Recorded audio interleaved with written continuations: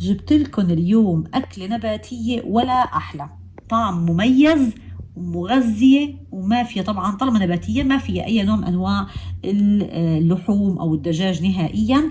بس فعلا أكلة مميزة وبتستاهل أنتم تجربوها. بتتاكل بالرز، بصراحة أحلى من الخبز هالأكلة هي، لأنه هي ما هي مسقعتنا المعتادة. مسقعتنا المعتادة بنحب ناكلها بالخبزة.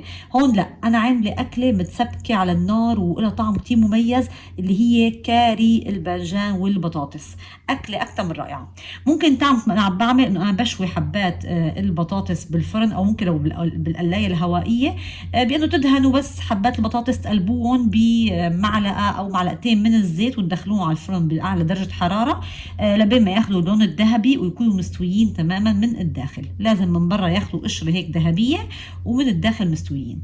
او ممكن لو انتم ما حابين نقلي نهائيا، يعني او نشوي بالفرن، ممكن انه تشوحوهم مع المقادير اللي هن البصلة على النار لبين ما ياخدوا لون. بس التشويح على النار بياخد زيت شوي اكتر وبنفس الوقت بياخد وقت اكتر، فانا بحب عملية الشوي. فانتم ملاحظين الباذنجان بس بشيل قشرة واحدة من الطرف وبقطع مكعبات يكون حجمهم كبير شوي.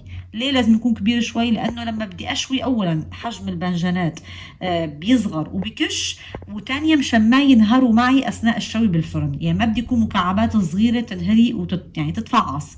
فلذلك مثل ما انتم شايفين دهنت صينيتي بشويه زيت، وهن كمان قلبتهم بمعلقه او معلقتين من الزيت كفايه. يعني اذا حطينا معلقه الزيت هيك او المعلقه نقلب بالسريع ونحطهم في الصينيه ما انتم شايفين ونشويهم. صاروا اخدين اللون الذهبي. طبعا بعلي الحراره على اعلى عيار بالفرن عندي، يعني مثلا 250 او ما فوق، ومخليهم لبين ما استووا معنا تماما. هلا انا بطبيعتي بحب بهالوصفه اخلي الباذنجان اكثر من البطاطس. اللي حابب يعملهم قد بعض ما في مشكله، يعني ممكن تخلي البطاطس قد الباذنجان تماما. فهلا انا هون حاطه كيلو من الباذنجان ونص كيلو من البطاطس. ممكن تعملوهم كيلو وكيلو براحتكم.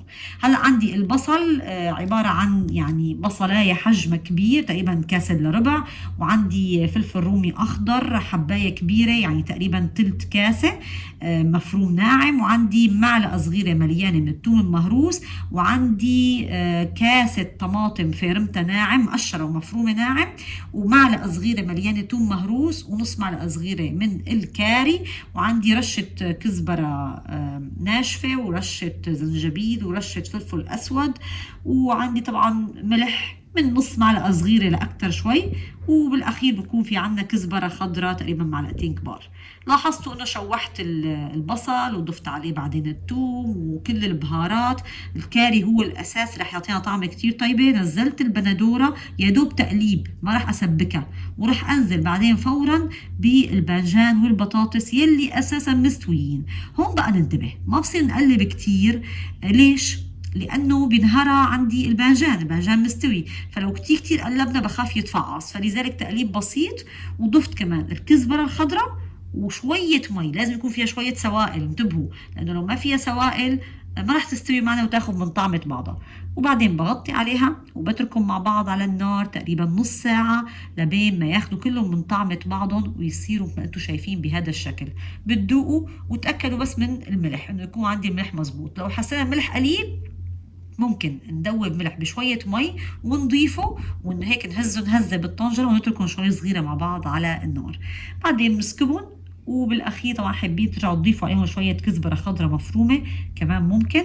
وبرجع باكد اللي ما حابه تشوي بطريقتي ممكن مع البصله تشوحوا مكعبات البطاطس ومكعبات الباذنجان، بس بحسهم بياخدوا وقت اطول، وممكن شكل الباذنجانات يخرب معكم. فانا بفضل طريقه الشوي. وبالاخير طبعا حريه لكم. المقادير كلها بتلاقوها اسفل الفيديو بصندوق الوصف. وما تنسوا تتابعوني على الفيسبوك والانستغرام وتيك توك كلهم باسم غفران كيالي. اشوفكم على خير والكم باي باي.